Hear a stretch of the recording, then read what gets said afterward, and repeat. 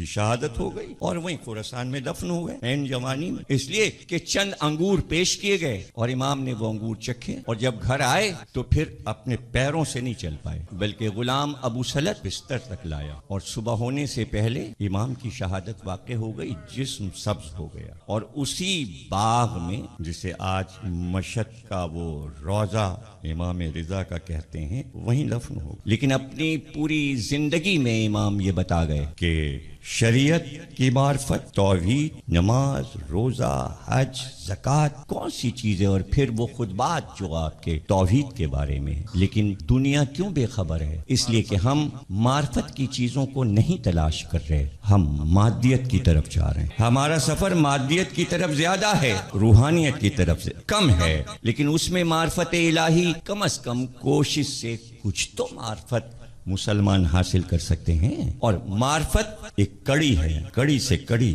جڑی ہوئی ہے، نام سے نام جڑا ہوا ہے، یوں ہی معرفت نہیں مل جائے گی۔ امام نے بتایا محرم کا چاند ہوا، یہ معرفت کا دروازہ کھلا ہے، یہ معرفت کا دروازہ کھلا ہے۔ دیکھیے باہر والے کو تو آپ کچھ بھی کہیں، لیکن جو حسین کا فرزند ہے، جو حسین کا بیٹا ہے، اس کے لیے تو یہ غم اس کے گھر کا غم ہے، اور حضرت امام علی رضا محرم کا چاند دیکھ کر فوراً سر سے پیر تک سیاہ لباس پہن لیتے، اپنے گھر کے باہر کے حصے میں فرش بچھوا دیتے، گھر کے دروازے کھلوا دیتے، اور غلاموں سے کہتے جاؤ پورے مدینے میں اعلان کرو کہ مجلس حسین علی رضا کے گھر پہ ہوگی، اور جب لوگ چلتے امام کے گھر کی طرف، اور جیسے جیسے مجمع بڑھتا جاتا تو آپ کھڑے ہو کے دونوں ہاتھوں کو اٹھا کر کہتے آؤ میرے دادا حسین کا پرسہ مجھے دو، یہ وہی مہینہ ہے جس مہینے میں ہمارے جد رسول خدا کا گھر لوٹ گیا، ہمارے جد رسول خدا کا گھر لوٹ گیا، اور پڑھتے ذاکرین ممبر رکھ دیا جاتا،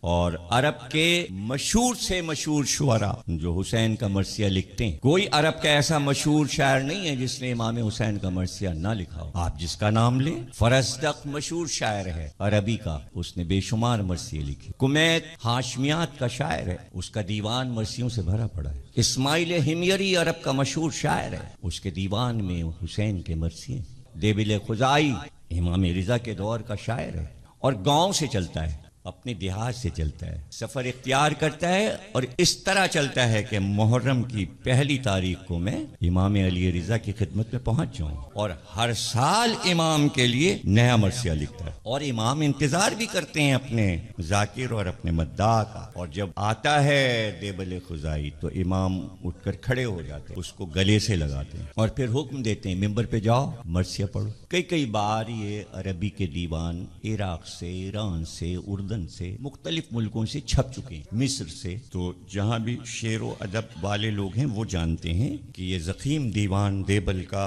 فرزدق کا، کمیت کا، یہ سارے شعراء جو ہیں ان کے بار بار دیوان چھپتے ہیں، ان پہ ریسرچ ہوتی ہے، ان پہ پی ایچ ڈی ہوتی ہے، دیبل پر برلن یونیورسٹی میں پی ایچ ڈی ہوئی ہے، یورپ کے اسکالرز بہت دلچسپی لیتے ہیں عربی شاعری میں، تو دیبل ایک عجیب شاعر ہے، اور اس کی شاعری پڑھنے والی شاعری ہے، تو دیبل خزائی جب آتا ہے تو امام ممبر رکھواتے ہیں، اور کہتے ہیں جو تم نے نیا مرثیہ کہا ہے وہ سناؤ، مدینے کا مجمع ہے، امام خود تشریف فرمائے، اور اکثر ایسا ہوتا ہے کہ وہ ممبر کے پہلو میں کھڑے ہو کر پڑھنے لگتا ہے، تو امام کہتے ہیں نہیں ممبر پہ جاؤ، تو وہ دس بستہ عرض کرتا ہے، کہتا ہے کہ آپ نیچے تشریف فرمائے، بے ادبی ہوگی کہ میں اوپر بیٹھوں، تو امام فرماتے ہیں نہیں، میں حکم دے رہا ہوں کہ تم اوپر بیٹھو، اس لیے کہ حسین کا جو ذکر سنا رہا ہے اس کا مرتبہ ہماری نظر میں ایسا ہے کہ وہ بلند ہو کے سنائے اور ہم نیچے بیٹھ کے سنیں، یہ ہے ذکر حسین کا مرتبہ۔ جو معرفت رکھتا ہے وہ ہر رخ سے ذکر حسین سنتا ہے، نثر ہو یا نظم، نوحہ ہو، مرثیہ ہو یا سلام یا خطابت، تقریر یا مذاکرہ، کتنے رخ ہیں ذکر حسین کے، اور ذکر حسین اس لیے نہیں ہے کہ اس سے کوئی فرقہ وارانہ فضا پیدا ہو رہی، نہیں، اس سے معرفت الہی بڑھ رہی ہے، اس لیے کہ ذکر حسین کا سفر علوم کی طرف ہے، جہالت کی طرف نہیں ہے، علم کی طرف، معرفت الہی کی طرف ہے، اور وہ مرثیہ پڑھتا ہے، اور دیکھیے یہ معرفت ہے، کہ دیبل خزائی پر جو پی ایچ ڈی ہوئی ہے یورپ میں یہ واقعہ درج ہے دیبل کی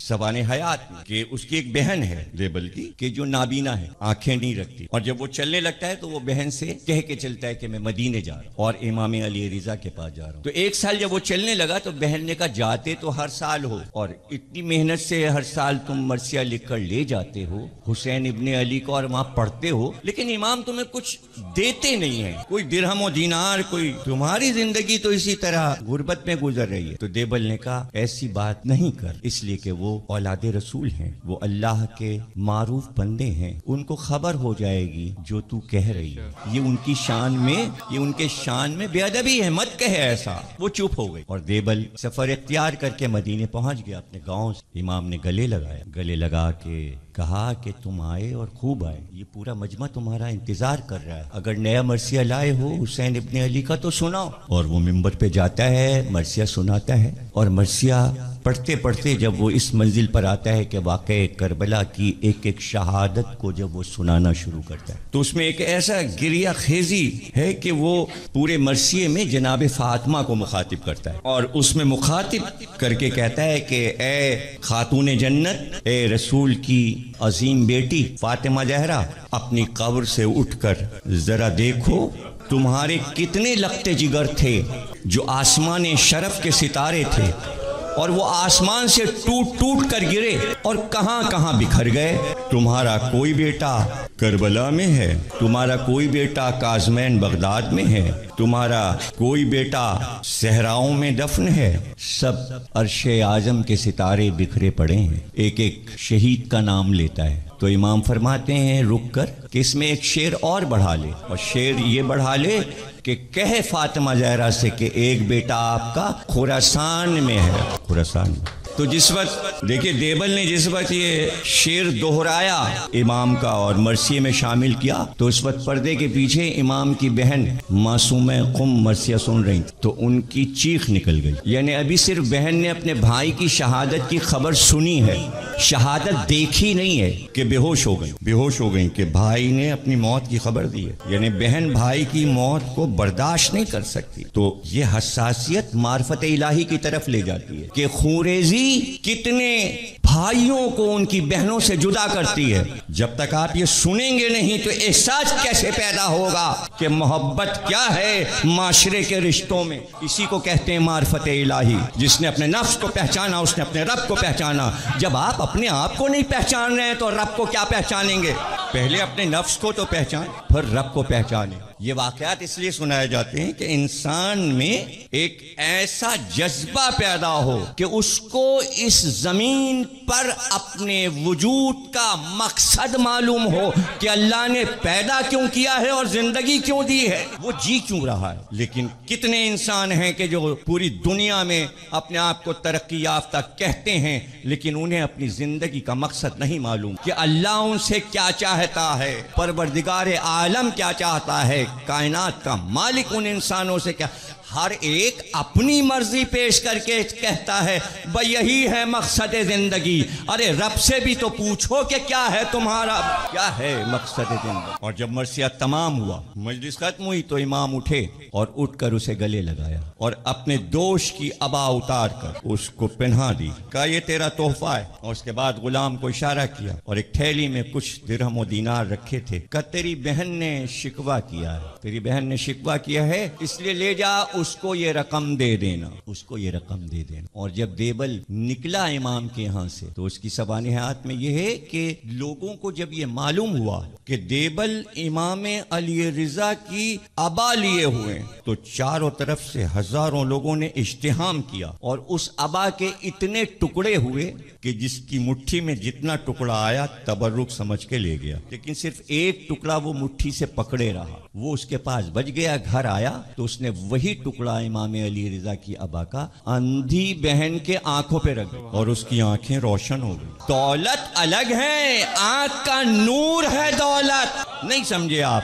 یہ تو وہ اندھی ہے تو نور مل گیا، ارے جو دل کے اندھے ہیں ان کو کب نور ملے گا؟ قرآن کی آیت ہے، آنکھ کا اندھا نہیں ہوتا، دل کا اندھا ہوتا ہے۔ آنکھ کا اندھا ہونا عیب نہیں ہے، دل کا اندھا ہونا عیب ہے، اس لیے کہ اگر آنکھ کا اندھا ہے تو رب مل جاتا ہے، اگر دل کا اندھا ہے تو معرفت کبھی نہیں، اسے پھر معرفت الہی نہیں ملتی، پھر اسے معرفت الہی نہیں ملتی۔ اور امام کی شہادت کے بعد آپ کی ہمشیرہ معصوم قم، جو قم شہر میں جن کا روضہ بنا، روضے پہ دیکھیے کیا آداب ہیں اور کیا عظیم الشان روضہ ہے۔ جو لوگ گئے ہیں ایران قم انہوں نے دیکھا ہے۔ تو امام سے ملنے کے لیے جب ایران روانہ ہوتی ہیں اور قم کے پاس پہنچی تو آپ کو اپنے بھائی کی شہادت کی خبر پتہ چلی۔ لیکن کس طرح پتہ چلی؟ اس لیے کہ وہاں کے لوگوں نے خبر چھپائی تھی کہ ایک دم سے بہن کو یہ کیسے بتا دیں کہ تیرا بھائی مارا گیا، تیرا بھائی مارا گیا۔ تو وہاں کے سردار نے اپنی زوجہ کو بھیجا کہ تم جاؤ کچھ خواتین کو لے کر اور ان کو اتارو، مسند پہ بٹھاؤ اور پھر خبر دینا۔ تو شہزادی نے پوچھا یہ کالے پرچم کیوں لگے ہیں شہر میں؟ کیا تمہارا کوئی سردار مر گیا؟ تو پھر قم کے سردار کی بیوی نے دستبستہ کہا شہزادی آپ کا بھائی مر گیا۔ یہ پرچم ان کے غم میں لگے ہوئے، کہتے ہیں کہ بس بے ہوش ہو گئیں، اور بے ہوش ہونے کے بعد ہوش میں تو آئیں لیکن 17 دن علیل رہ کر بھائی کے غم میں وہیں قم میں انتقال کیا، اور آج تک وہیں آرام کر رہی ہیں اور وہاں روضہ بنا ہوا ہے۔ یعنی یہ تھی بہن کی محبت بھائی سے کہ خبر سن کر برداشت نہ کر سکی۔ لیکن واقعہ کربلا ہم اسی لیے سناتے ہیں کہ علی کی بیٹی زینب کتنی شجاعت کہ اپنی آنکھ سے بھائی کا کٹتا ہوا گلا دیکھ، لیکن بعد شہادت حسین کس طرح سفر کیا اور کس طرح بچوں